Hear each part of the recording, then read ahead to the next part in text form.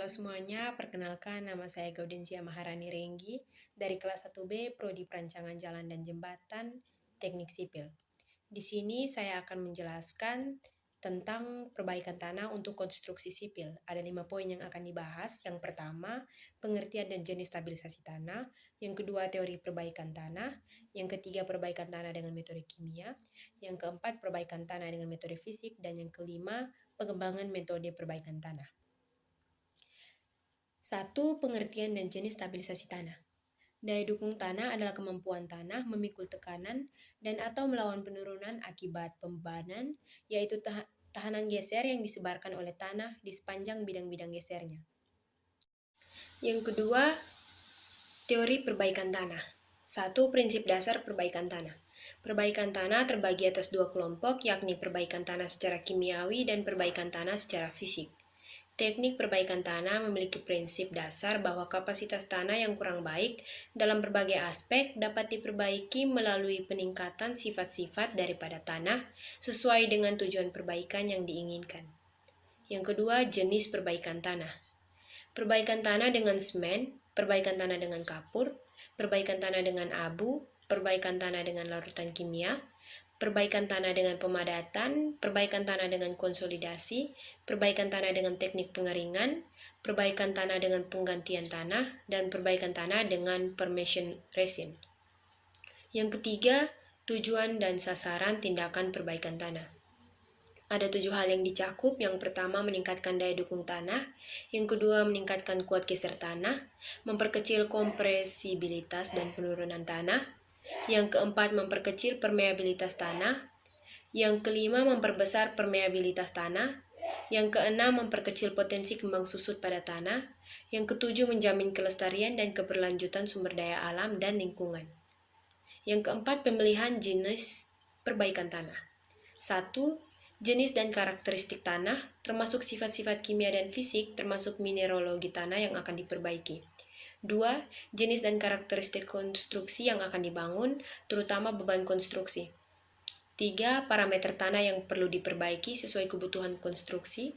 Keempat, kedalaman lapisan tanah yang akan diperbaiki. Sifat kimia dan sifat fisik dari bahan stabilizer yang akan digunakan. 6. Harga bahan stabilizer yang akan digunakan, terutama dikaitkan dengan efisiensi biaya perbaikan. Ketujuh, ketersediaan bahan dan peralatan di lokasi perbaikan tanah. Dan yang kedelapan, kondisi lingkungan di sekitarnya. Selanjutnya, poin ketiga, perbaikan tanah dengan metode kimia. Ada 3 hal yang akan dibahas. Yang pertama, batasan penerapan metode kimiawi.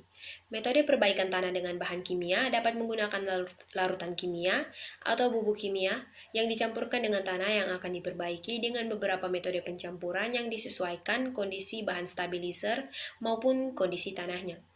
Yang kedua, mineralogi lempung. Lempung terbentuk dari hasil pelapukan akibat reaksi kimia yang membentuk susunan kelompok partikel berukuran koloid dengan diameter butiran yang lebih kecil dari 0,002 mm. Partikel lempung tersebut berbentuk lembaran yang mempunyai bidang permukaan khusus. Oleh karena itulah, sehingga jenis tanah lempung sangat dipengaruhi oleh gaya-gaya permukaan. Yang ketiga, pengaruh air pada tanah lempung. Pada tanah berbutir halus seperti lempung, keberadaan air membuat luas specific surface akan menjadi lebih besar. Demikian pula dengan variasi kadar air akan mempengaruhi sifat-sifat plastisitas pada tanah. Dalam suatu kristal yang ideal, muatan-muatan listrik negatif dan positif selalu dalam keadaan seimbang. Berikutnya, poin yang keempat, perbaikan tanah dengan metode fisik. 1. Pengertian metode fisik.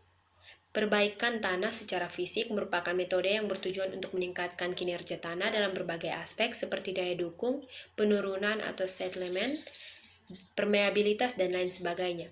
Untuk membedakan antara perbaikan tanah secara fisik dan perbaikan tanah secara kimiawi, dapat dilihat dari mekanisme yang terjadi antara tanah dengan bahan atau usaha yang dilakukan. Contohnya, penerapan sistem drainase. Walaupun menggunakan material untuk mengalirkan air tanah, namun tidak bereaksi secara kimia dengan mineral tanah, melainkan hanya berfungsi menurunkan kadar air atau derajat kejenuhan di dalam massa tanah. Yang kedua, pemadatan tanah dengan metode pemadatan. Perbaikan tanah dengan pemadatan dilakukan dengan menyalurkan energi berupa beban dinamis dari permukaan tanah ke dalam lapisan tanah di bawah permukaan. Dalam pemanfaatan material tanah, maka tanah biasa dipergunakan sebagai bahan bangunan seperti pada tubuh bendungan, badan tanggul, atau base pekerjaan jalan. Tujuan dari perbaikan tanah ini dengan pemadatan ialah antara lain: 1. Meningkatkan daya dukung tanah, meningkatkan kekuatan geser tanah, mengurangi permeabilitas tanah, mengurangi kompresibilitas tanah, mempercepat proses penurunan sebelum tanah dibebani konstruksi, dan mengurangi atau menghilangkan potensi atau risiko likuifaksi. Yang ketiga, perbaikan tanah dengan metode konsolidasi. Perbaikan tanah dengan metode konsolidasi adalah pemadatan dengan menggunakan pembebanan statis. Perbaikan tanah dengan metode konsolidasi secara umum dapat diartikan sebagai upaya yang dilakukan dengan menempatkan beban statis yang bersifat sementara di atas lapisan tanah yang akan diperbaiki. Akibat beban tersebut, maka tanah akan mengalami pemadatan akibat tekanan dari beban sementara tersebut. Proses ini bertujuan untuk memperbaiki tanah dengan mengompres tanah sehingga dapat meningkatkan kekakuan dan kekuatan gesernya. Yang keempat, perbaikan tanah dengan metode pengeringan.